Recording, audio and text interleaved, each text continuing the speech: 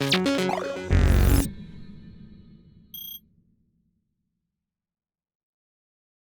run a design company in London under my name, Vahakn, and also a small company called Human Instruments. And our mission is to basically bring musical instrument tools to people with physical disability, so to create accessible musical instrument tools. And through that, we're finding out that the stuff we make is actually interesting for everyone, and it just becomes a cool thing to play with. So, everyone deserves music. A bit about the backstory. This is my father, Rolf Gelhar.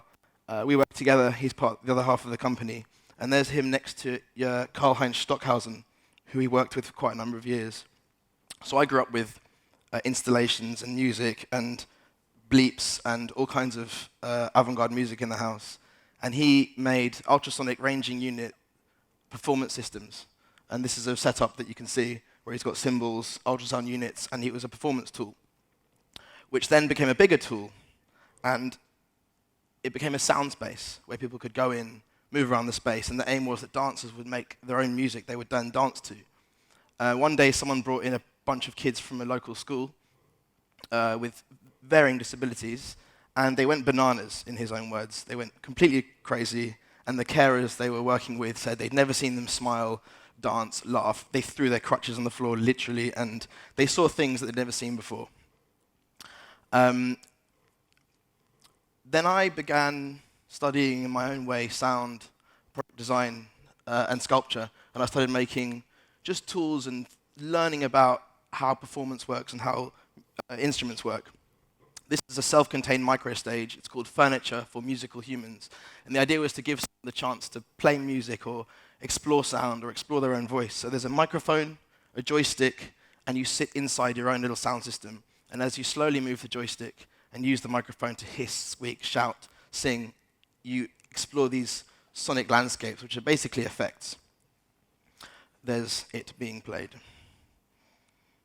I was also making visual tools, so this is called microscopy, and it's a microscope table. So in the corner is a little eye, a camera, and a light.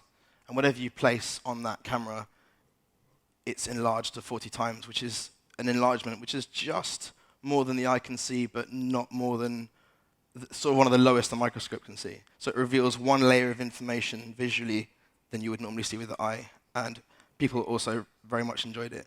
Around about the same time, my dad was working with Clarence Adu, and Clarence was a trumpeter, all-star trumpeter, incredible guy, played with lots of amazing bands, some of the jazz greats, and he had a car accident, which rendered him paraplegic. And he really, really wanted to play music, simply, but he couldn't, because there were no tools for him to play music. So my father was commissioned to design him an instrument which he could play. And that he did. It was called Headspace. And here's him playing with the Headspace ensemble. And later on, through that and through many other occurrences, we began working with the British Para Orchestra, which is an orchestra of 18 to 26 players who all live with some sort of difficulty, a condition, blindness, physical disability, an illness, whatever it is.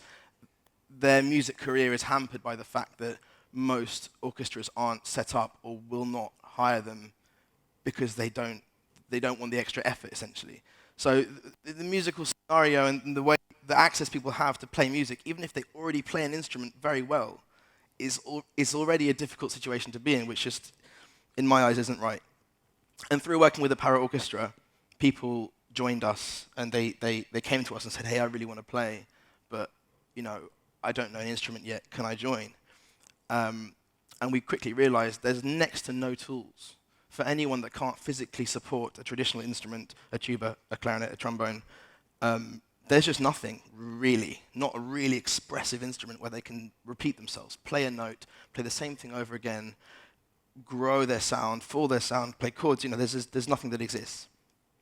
So I started digging in. These are all my assumptions, my research, my assumptions. I started digging into statistics, so I looked at the USA. In America, there's 7,000 to 11,000 new cases of quadra or paraplegia every year. So for the population, that's roughly 250,000 to 400,000 people diagnosed every year, year on year. The current population is 318.9 million, and in 2010, 18 million people were recorded as playing an instrument. So either at home, on a stage, whatever. That's roughly 17% of the population. So if only 5%, so that's a third, of the quadriplegic or paraplegic population wished to play music, they essentially can't. That's 450 new musicians every year, 17,000 potential musicians in the USA alone, and due to lack of research and development funding, these people are denied the opportunity. I've also been doing more research into what it means for a person to play music, like really, really what it means. And I've found out through many scientific journals I've read that children from the ages of, if they've received musical training up to the age of 7, either rhythmic, tonal, on any instrument, the connection between their left and right hemispheres is essentially thickened. So they have a much better connection between the two hemispheres, which means as a person, they're just developed in a different way. So if we haven't had that sort of training, or you're denying someone that training, it's dodgy. So I'm going to play a little video of some of the early experiments I did trying to create.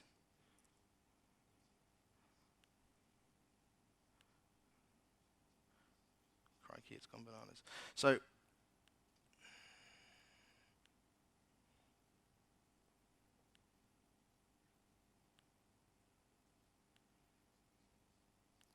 bear with me.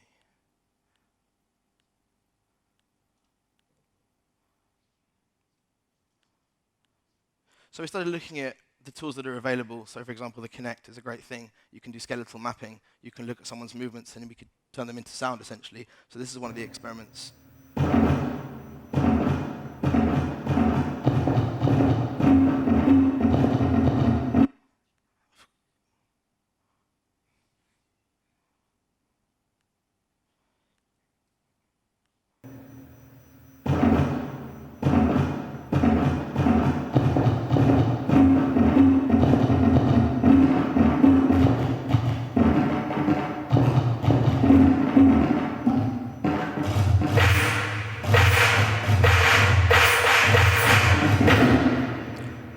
So the idea being that you'd map the skeleton onto someone in a wheelchair or adjust the skeleton to someone that maybe was missing a limb or whatever it was and tailor the instrument to their movement.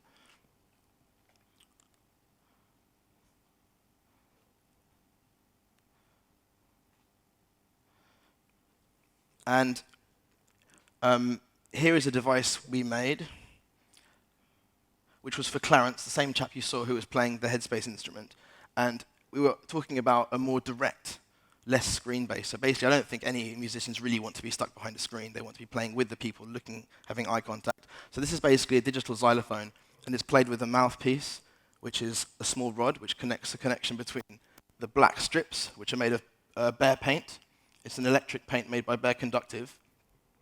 And what happens is a connection is made, and we send a MIDI note to the computer, and the player can play any sound they want. So I've got a testing video, an early test video, where the test was, could I play a recognizable tune within 20 minutes on the instrument? So anyone that knows Inspector Gadget.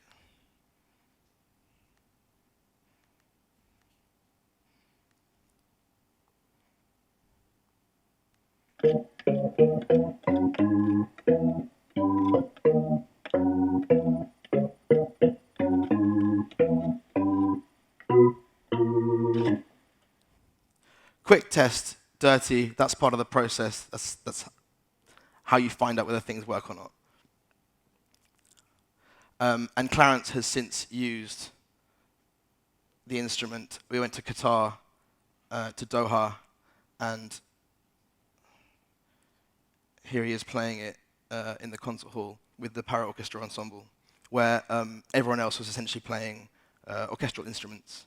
And I gave Clarence sub-bass because I noticed there were huge bass rigs in the concert hall. So I gave him this cinematic sub-bass. And one of the pieces we played was the chord sequence from Inception. And it was brilliant. He had a big smile on his face. Which brings me to this device right here. I mentioned them before. There's a company called Bare Conductive who've created electric paint.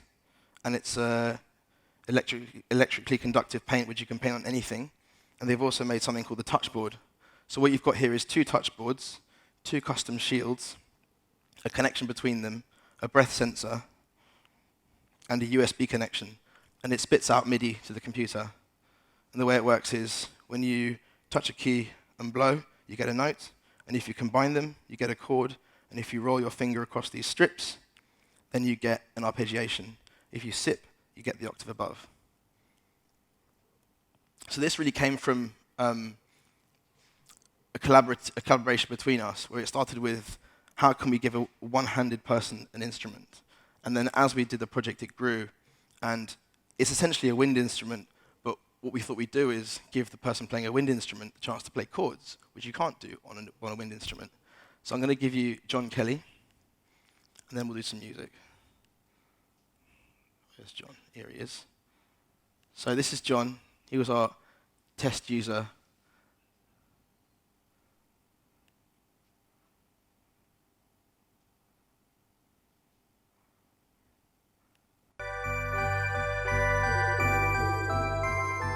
Well, I'm John Kelly.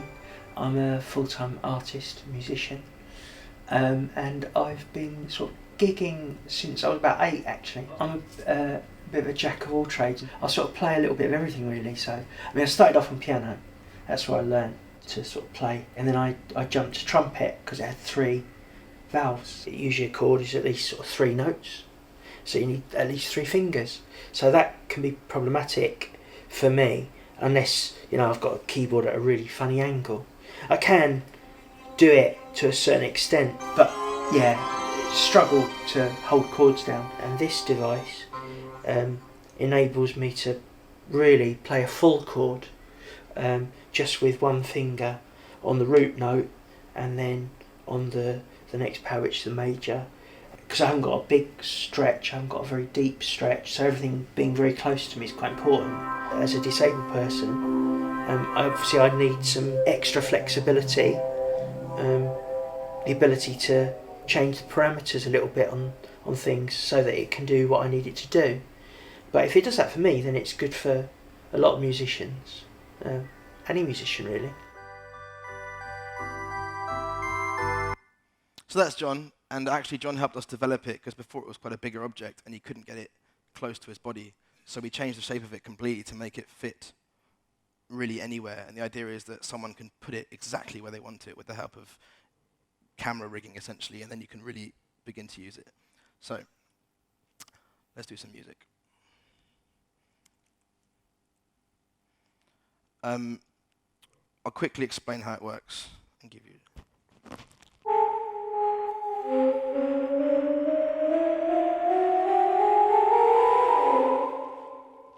Touch a pad, blow on the thing, you get a note.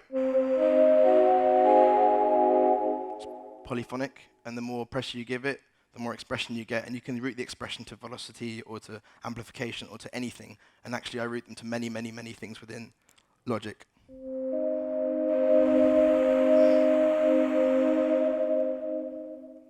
So you can see anything yellow, I'm routing to the breath pressure.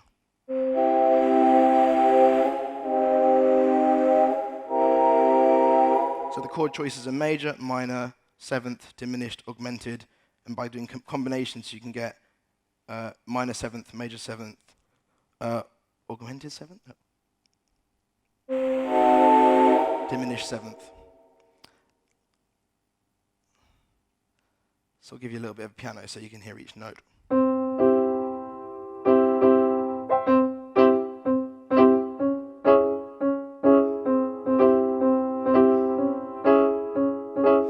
The idea being that if you don't know how to play chords, now you can play all the chords without knowing what they are. So if you want to play an F sharp diminished 7th, which I have no idea how to play,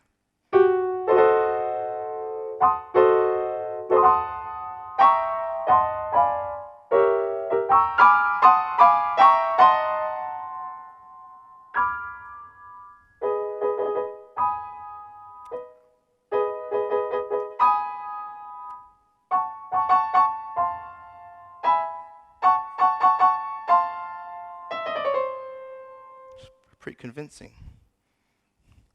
So what I'll do is I'll make a little beat. So the idea is that showing it to other people, they've found that having the chord laid out in such a way, it means that you start composing in a different way. You have different options. Everything previously is on the piano or on the guitar or however it is. And algorithmic generations are fun, but this is quite a nice way to still fool around, but you're totally in control. So I'm going to make a tune. 1, 2, 3, 4, 5.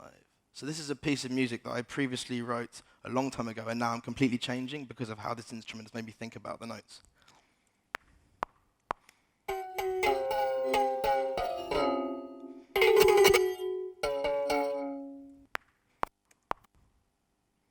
So imagine I'm in the studio. This isn't a performance per se, it's more like me in the lab.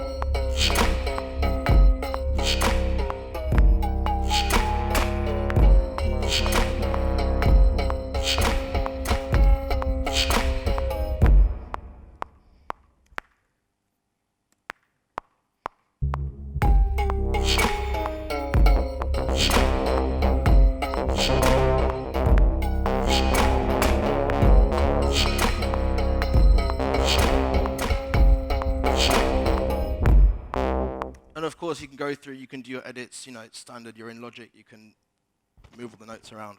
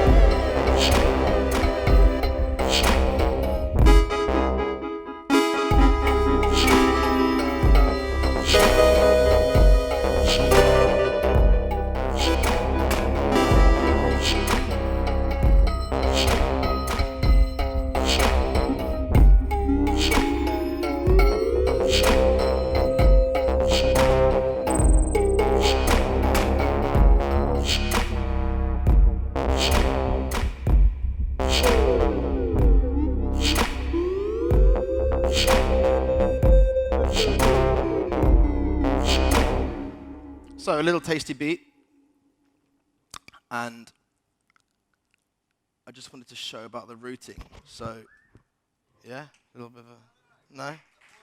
Yeah.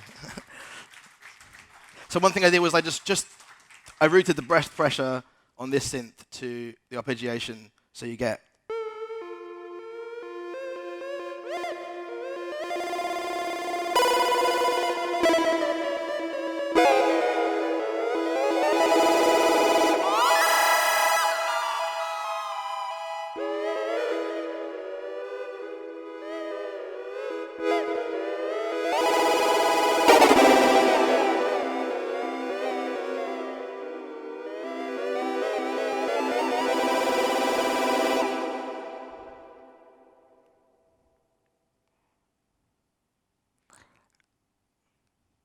And one thing I thought I'd do would be quite dangerous. Is anyone up for a sing-along? Yes? Okay, cool. So, through creating this sort of quite simple chord structure and the B7s and the D minors and everything like that, it basically means that any guitar tabs you can now play with this keyboard. So, I'm going to do something I'm probably going to regret for the rest of my life. But we're going to sing Stand By Me. Fiddle, fiddle, fiddle. Okay. You all know it. Let's have a little ah. Ah. Ah, it's a good choir. All right, so it's in A. We're going to play it with an organ.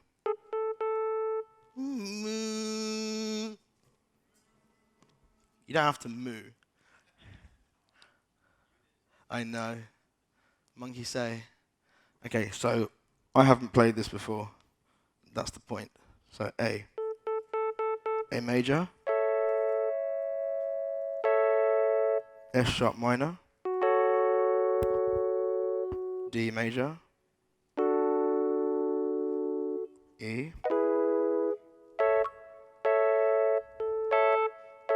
So 1, 2, 3. When the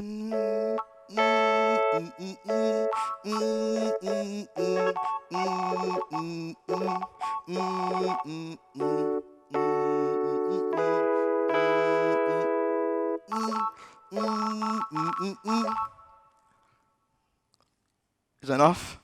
You get it? Okay, so that's the point. Is it's recognizable. Yes, you can make music at home. You can play all the tunes you wanted to play, and there's an access point there for people that just want to sit at home or they want to do a karaoke or whatever. There's just a new way of looking at the plethora of music that already exists and being able to access it for someone who may not have been able to previously. I'll play a little bit more, then I'll leave. So in this bit, I'm going to try to move as little as possible and use the expression as much as possible.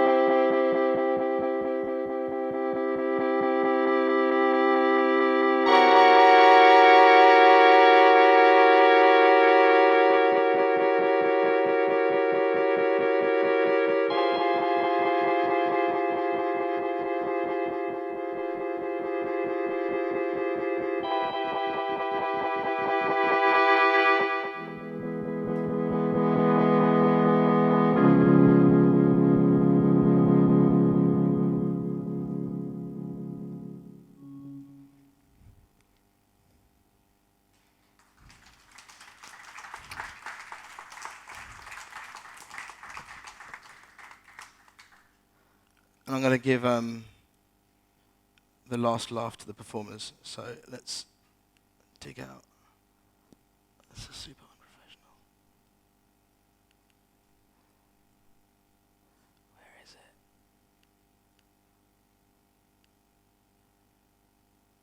I rehearsed this so many times.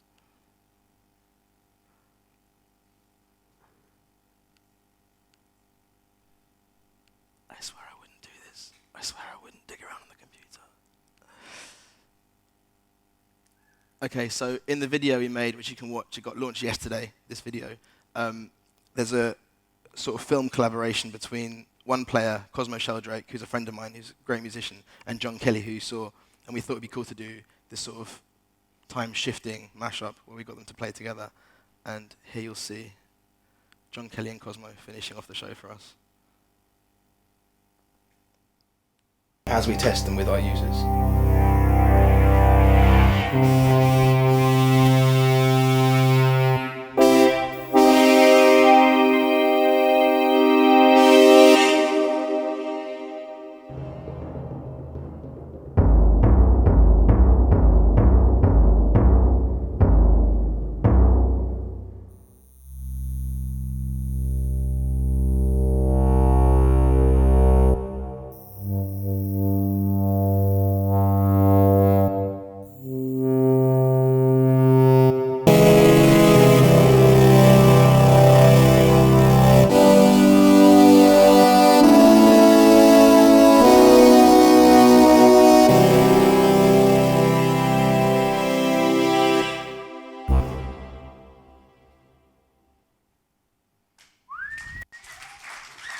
Thank you.